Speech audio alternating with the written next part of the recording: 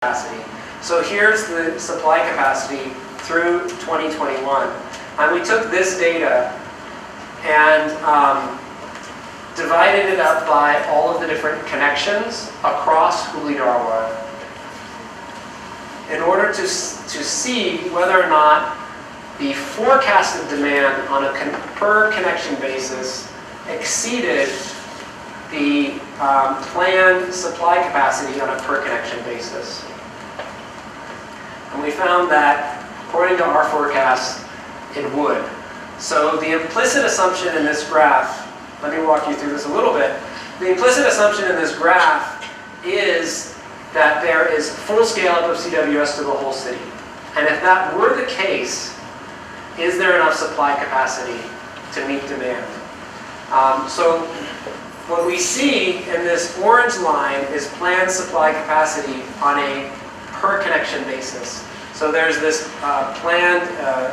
this implemented upgrade in supply capacity, and then it slowly declines over time only due to population growth, since it's on a per connection basis.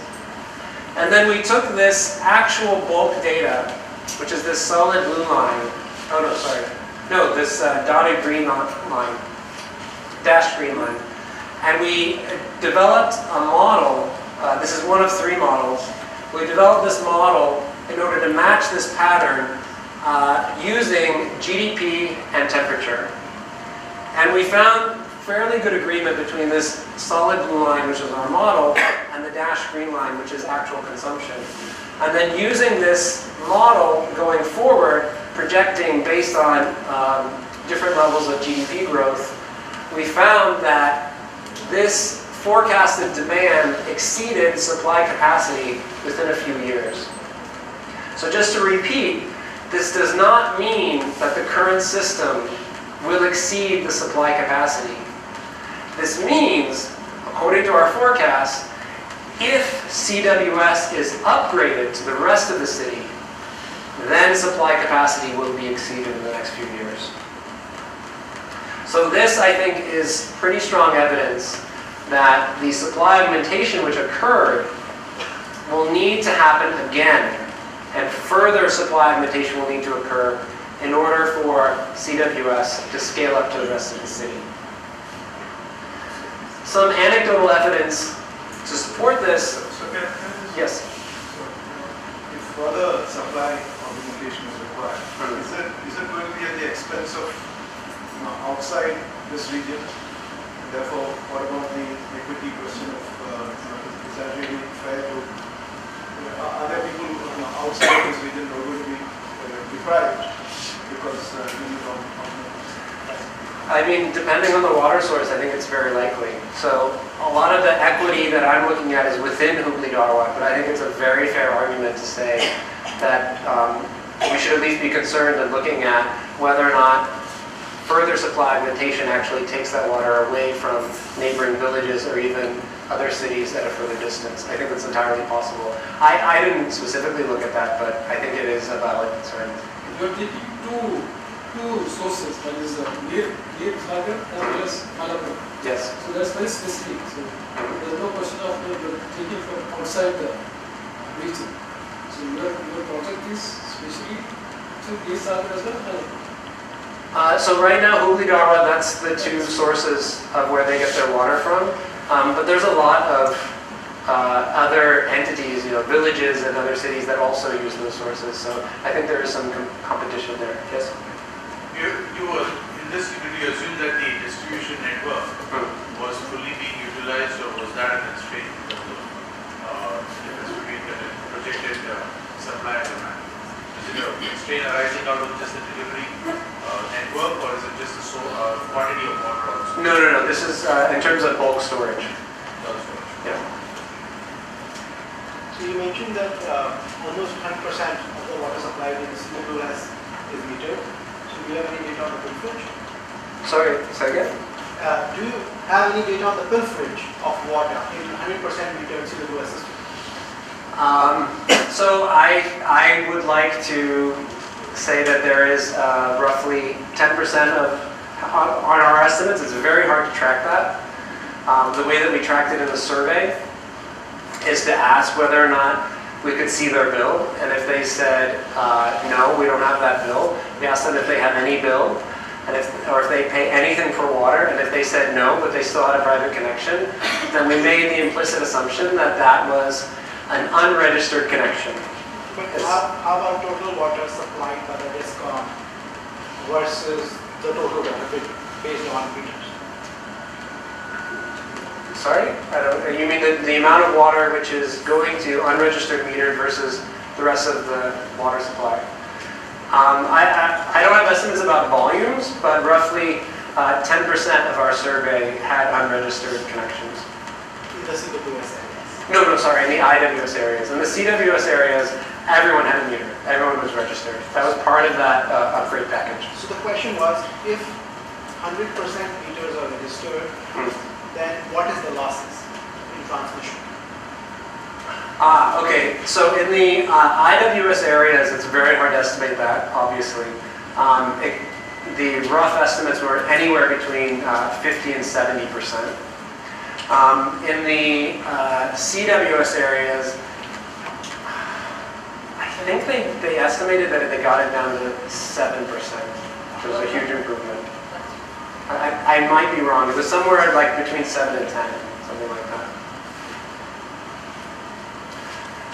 So there was a real big improvement in terms of frequency of delivery and duration, even during our data collection.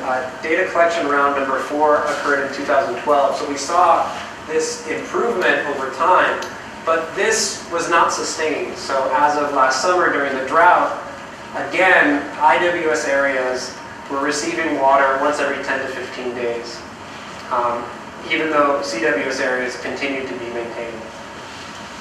So I think that this is somewhat anecdotal evidence indicating that further supply augmentation would be necessary in order to scale up CWS to the rest of the city. In conclusion, CWS has been broadly beneficial to consumers across wealth quintiles. And the benefits were largely equitable in their distribution within the pilot areas.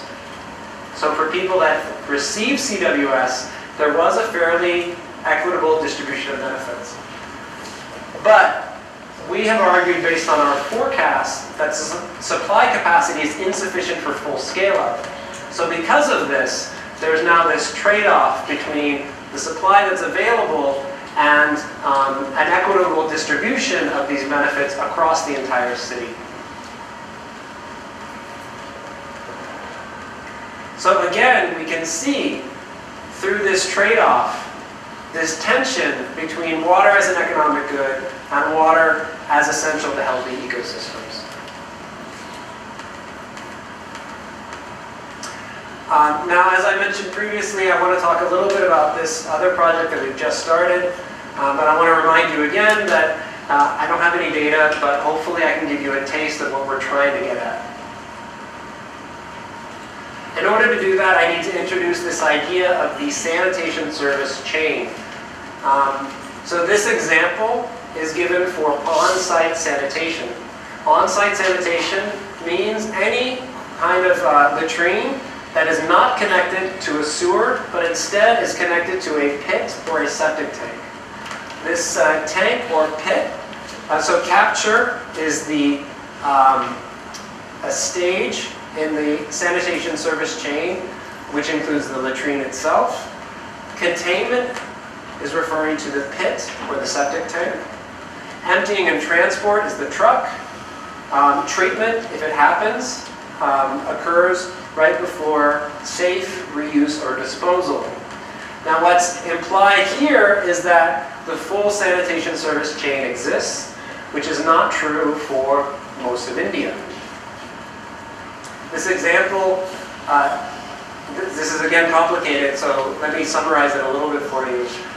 This is a visual diagram which is used in order to start a policy discussion about sanitation services and identify where the gaps might lie in a given urban locality.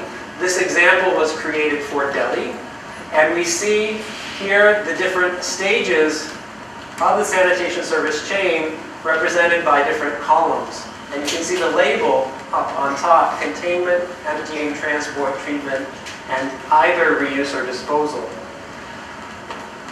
Horizontally, it's categorized based on access. So off-site sanitation here is referring to the percentage of households that have access, that are connected to a sewer. And this on-site sanitation, as I've already defined, is for septic tanks or pits. And this last percentage, 4%, are households that engage in open defecation. Then a ship flow diagram, or SFD, tracks this material flow through the different stages of the sanitation service chain. And if at any point the material, the fecal matter, exits the chain without proper treatment, that's represented in red and by a downward flowing arrow. So the idea is that all of these red arrows are your sanitation gaps, and this is where you should concentrate your upgrades. And it also is a quick way of visually seeing, well, how good are we doing in Delhi? And you can see that roughly 56% of waste is currently being treated, and 44% is not. And where that's coming from. So this is great because they're easy to make. You can put it together using census data and a few interviews with key informants at the ULB, at the urban local body. They're a good starting point for policy design and debate. They're visual diagrams, so once you know about these different stages and you understand them, then they're pretty easy to very quickly understand a rather complex system. But what isn't included here is the people. And so what we're trying to do in modifying an SFD is looking at not just the material flow, but who are the people that have these different kinds of access. And again, who are the people that live at the end of the drain? Who are the people that are using groundwater that might be contaminated? And then also, who are the people that are suffering from perhaps increased flood risk? So the idea is to incorporate more of a person focus, of a people focus, and thereby more ideas of equity into these modifications of the SFD. And the socioeconomic categories that we're going with right now is wealth, caste, and religion. So we're still developing how this would look visually. Likely, we're going to need to simplify this portion of the SFD and instead emphasize how these wealth categories, for example, might be broken down within different types of access, but also how wealth, what the wealth breakdown might look like in terms of different types of exposure. So this is the general idea. But I just want to emphasize, this is hypothetical just to give you an idea of what we're trying to do. This is not based on data for Delhi. So, and we're trying to do this in Hubli-Dharwad as well, through a household survey. In addition, we want to look at inequity in terms of sanitation access for gender. We hypothesize that there's not going to be a huge gendered impact for households that do have access to a toilet, at least at the household level. But we suspect, and we're testing this hypothesis, that there may be more gendered impacts at work as well as for traveling and at school. So we're trying to get at that as well when we're looking at inequities in the sanitation system. This would not be incorporated into the modified SFD, but it is something that we're trying to track. So I said that I wanted to give you some more qualitative examples to understand what we're trying to quantify. And the goal of this project, simply said, is to make the impacts of limited sanitation access and the risk of exposure more visible. So I want you to tell me what you see in the next few pictures. So what do you see here? What is it? Stagnant water. Stagnant water. in some sort of a drainage canal. This is obviously, sorry? That was the thing that I wanted to point out. So you can also see these pink hoses, these plastic pipes going across. So right now, at least for this portion, the water might be safe, but it's quite precarious. Anytime that this water level raises, then there's going to be drinking water contamination within these pipes. So we want to try and track some of these impacts when we're evaluating upgrades to the sanitation system. So what do you see here?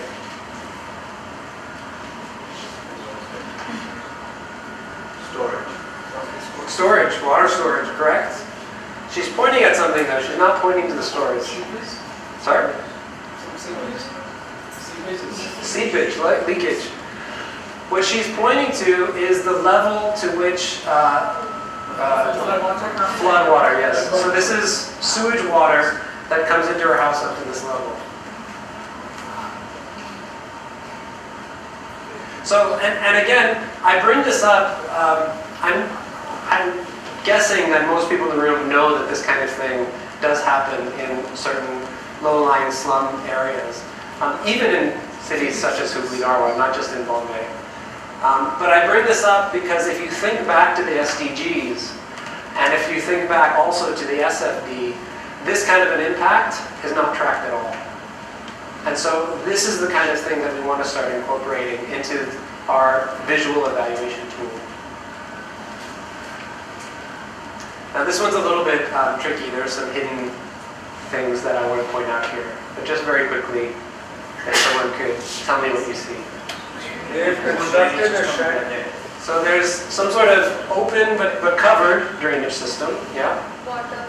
There's a latrine bit on top. Actually, this is not a latrine. Good guess, but this is just a bathroom. This household engages in OD. But yes, there is something built on top of that. Water storage outside from that. Water storage outside, yes. Water supply, the tap is very close. Who said that? Oh, two people. The tap is very close to the drainage. So I don't know if everyone can see this. This was very observant of you. This is the tap here. And it is close to the drainage. It's above the drainage, but it is close to the drainage. The thing that I want you to notice here is way off in the corner. So if you look here, this richer, obviously more well-off apartment building is raised up to this level. And their drainage canal cover goes up to this point. This is, in general, the usual flood level when the monsoon gets really bad. And so if you draw a straight line from here all the way across, you can see that it goes over this rather small minimal barrier that they put in to try and prevent flooding. And it even goes up to the point of their water access.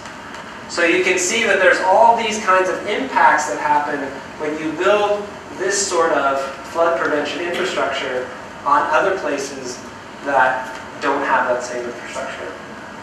So I'm sure none of this is new, but these are the kinds of things that we're now trying to quantify and integrate into these other visual tools that are being used by policymakers.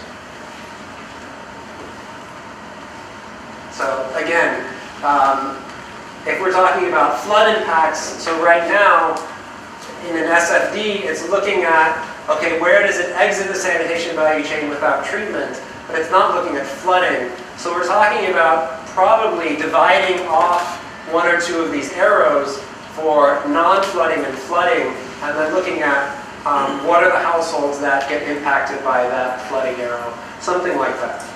We're still working out the wrinkles in it. Okay, so we're almost done. I'm hearing people getting a little bit restless, but rest assured we're almost finished. Hopefully today I've convinced you that water has many different perspectives and introduced at least three, and tried to explain how those three interact, conflict, maybe complement, both in the SDGs as well as some examples of my own research. And ultimately, hopefully, we're able to get to some point where we can have healthy ecosystems in an equitable, efficient, and sustainable way. That's the ultimate goal. Thank you for listening. And if anybody has questions.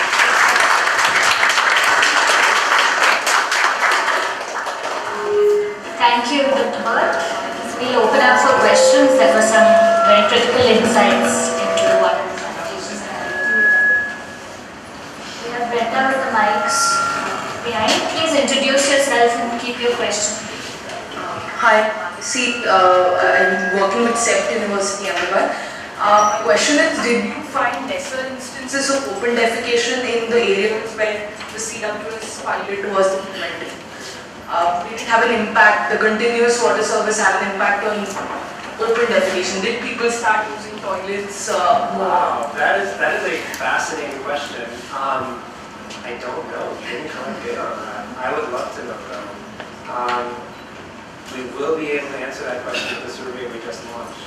I had not planned on looking at that, and I think now I will.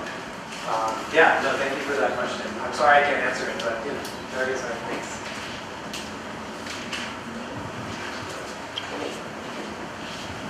My name is Ravi Mariwalan. I'm from Smart Water.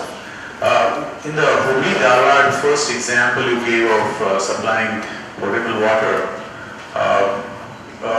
did the utilities cover the basic cost of purification and transport of water, or that also you think needed to be subsidized?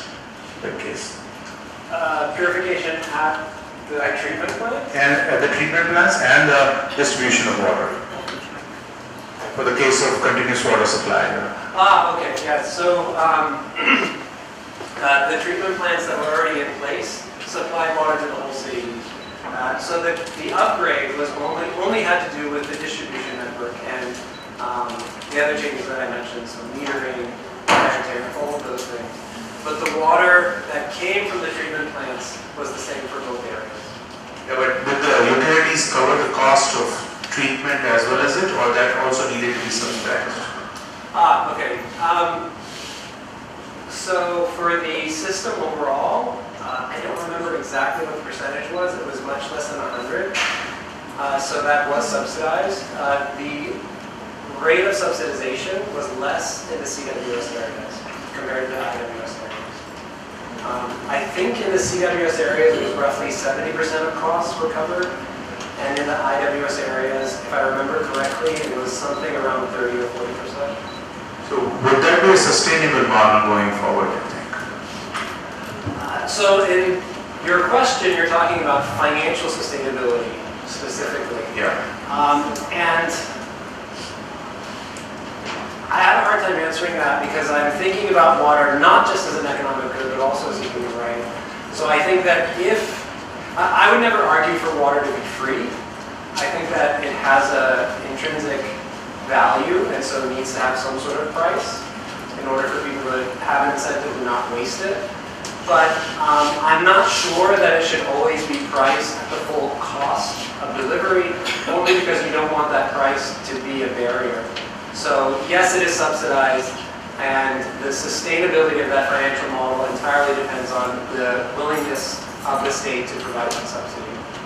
So I apologize if that's not an entirely satisfactory answer. No, that's okay, because a lot of the cases, for example, in the US, what's happening is probably the infrastructure is crumbling because it was not adequately provided for the future, in terms of the pricing and costing.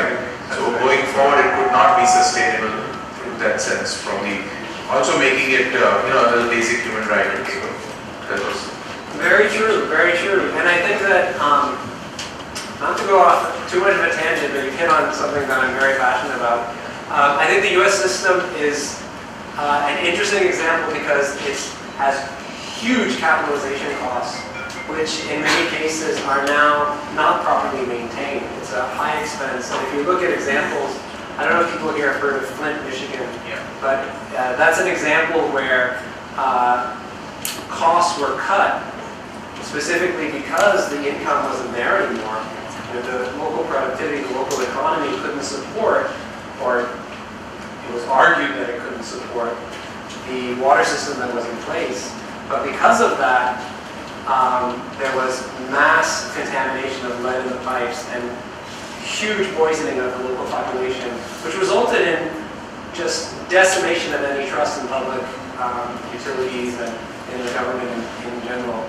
So I think that it's important that so this allowed for a mix of low, middle, and high-income households within this pilot project area.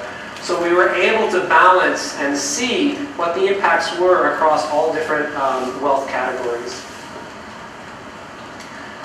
It is currently being scaled up. It's a slow process.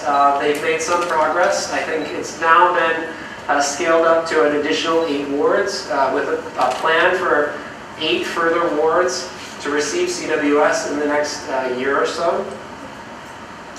And although I'm not going to get into the controversy too much about privatization, I do need to note that this was a process of privatization. This was made possible through a World Bank loan that was given to the state of Karnataka.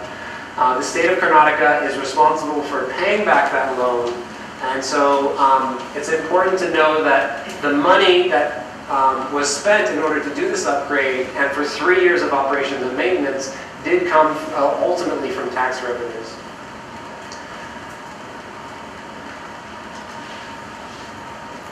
Now just quickly comparing tariffs, we can see that there's a steeper tariff increase. So whereas there was no volumetric rate up to 15 kiloliters in IWS areas, and only volumetric rate of, I believe it's around just under 6 rupees per kiloliter above that, here, I think it was at 8 or 9 kiloliters, a volumetric rate was first introduced, and then that goes up at 15 and again at 25. So for those of you that can't do quick, complicated math in your head, some example bills for 10, 20, 30, and 40 kiloliters per month. In our own experience in Hubli-Dharwad, 10 kiloliters is a pretty small amount of water. Most households use more than this. And you can see that your bill didn't go up very much. 20 kiloliters is a little bit above average. Most households were less than 20 kiloliters, but there were quite a few that had this much. And in that case, your bill almost doubled. And then for 30 and 40, which was quite a bit, your bill almost tripled. Now, when we're talking about the costs and benefits of this upgrade, we're not just talking about the direct costs, we're also talking about the indirect costs. And given all of the complex different ways that households access, collect, store, treat, and then use their water, we had to develop through extensive piloting a very complicated survey that collected data on all of the different ways in which time was spent, or in which money was spent either on a monthly basis through monthly ongoing expenditures or through some sort of investment. Now, by investment, what I mean here is anything durable. So it might be small, it might be large. Something larger, such as an overhead tank or an underground tank. But in this category, we also included smaller things such as just buckets and barrels, matkas, and filters, things like that. So, taking all of these small pieces of data and categorizing them into these 3 different categories, we can then see some of the overall costs and benefits of this upgrade, comparing across IWS and CWS wards. So this is another complicated graph. Let me walk you through it a little bit. For each of these, on your left, you have CWS, and on the right you have IWS. Over here we have amortized investment, so this is anything durable. Here we have ongoing expenditures. This was clearly dominated by the HDMC, that's the Hubli-Dharwad Municipal Corporation, water bill. So here's the water bill in CWS areas, and this dark area is the water bill in IWS areas. And you can see roughly roughly speaking, on average, the savings in amortized investment, so that means lower storage containers, lower water treatment systems, things like that, fewer bore wells in use. This savings, going from IWS to CWS, was roughly offset in terms of the increase in the ongoing expenditure. But both of these do not include the savings in terms of time. Now, you might expect that no time expenditure would be there for CWS areas. We were surprised to find that there is still some time expenditure. This was because over 90% of households continued to store their water. So those households still spent some time, some amount of time every month collecting their water and storing it, or perhaps treating it. But there was still a huge amount of time savings, mostly because people no longer had to wait for the water to come. So although this waiting is substantial, keep in mind that it doesn't require 100% of your attention. So it's a little bit hard to value this time, because it does limit in terms of where you can go and what you can do. We did find that there was a large proportion of households that said that someone was not able to go to a social event, or was more limited in terms of whether or not they could go to work, or how far away they could go for shopping, or things like that, daily activities, in households that were waiting for water. So there is definitely limitations that happen. But at the same time, they could spend this time doing household chores or things like that. So it's not entirely unproductive. So it's somewhere in between. Now, breaking down time expenditure across CWS, which is light blue, and IWS, which is dark blue, and looking at the full sample from our survey, and then breaking it down into wealth quintiles. So the first is the lowest wealth quintile, and then the fifth is the highest wealth quintile. So these are the most wealthy households, and these are the least. And it was really surprising for us to see that there is this equitable distribution of time savings throughout all wealth categories. And we think that this is probably because even in wealthy households, they considered water that went through their underground tank and their overhead tank to be of poor water quality for drinking. So they would wait until the water came and then collect their drinking water, even if they had this passive system for collecting all other water. So because they had to wait for the water to come, there was some similar time expenditure in those higher income households as compared to lower income households. Now, this pattern did not hold for the other two categories. If we're looking at monthly expenditures, we can see that although they went up the most in the highest wealth quintile, they did go up in all wealth quintiles. And that there was some correlation between wealth and the increase in ongoing expenditure.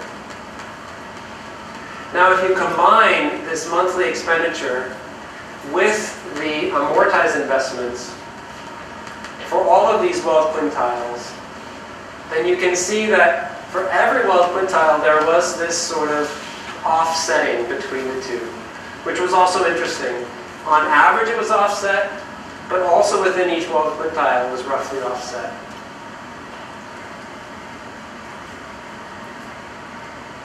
Now, this is a very complicated chart. Let me walk you through it. The idea behind this is that all of the graphs that I've already presented to you are only looking at the data from costs and benefits from the household perspective. But the cost of the upgrade was seen from the household only through the water bill. And we know from World Bank documents that the water bill did not fully cover the cost of the upgrade. Okay? So if we want to look at the full cost and benefit of this upgrade, then we need to include the cost at the utility level as well. At the utility level, if you just look at the cost of implementing this pilot project, so this is the cost of replacing a lot of the pipes in those 8 wards, and this is the cost of operations and maintenance of the CWS service for 3 years. And that's what we see here. The net cost of the utility level on a per capita basis is almost 3,000 rupees. This is the net present benefit. But then if you incorporate the cost of supply augmentation as well, and the World Bank argued that supply augmentation costs should not be included because they said that it benefited the whole city. And I'm going to argue against that in another few slides. But if you include the supply augmentation, then the net present benefits of this upgrade was almost negative 7,000 rupees. Again, that's just at the utility level, and we saw that there were substantial benefits at the household level. So then if you add these two together, for the full sample, you get something which is slightly negative. Going forward, it's possible this could turn positive as time valuation and wages go up, as the economy grows. So I wouldn't say that this is definitely always going to be negative, but it's not clearly positive. But then if you include supply augmentation, then the net benefits are definitely negative. Now, I don't say this in order to say that it shouldn't happen, that the upgrade shouldn't have been implemented. What I am saying here is that it is clear from this data that if you include supply augmentation, some sort of state subsidy is required in order to create positive net benefits. And there may be reasons for having that subsidy. I think that there's arguments to be made there. But at the local level, the net benefits were not positive. Also, looking across wealth quintiles, we can see that the net benefits, if you distribute the cost equally across, on a per capita basis, then the net benefits were higher for higher wealth quintiles. So I think it's important to keep this in mind when you're doing things like designing tariff structures or talking about distribution of benefits.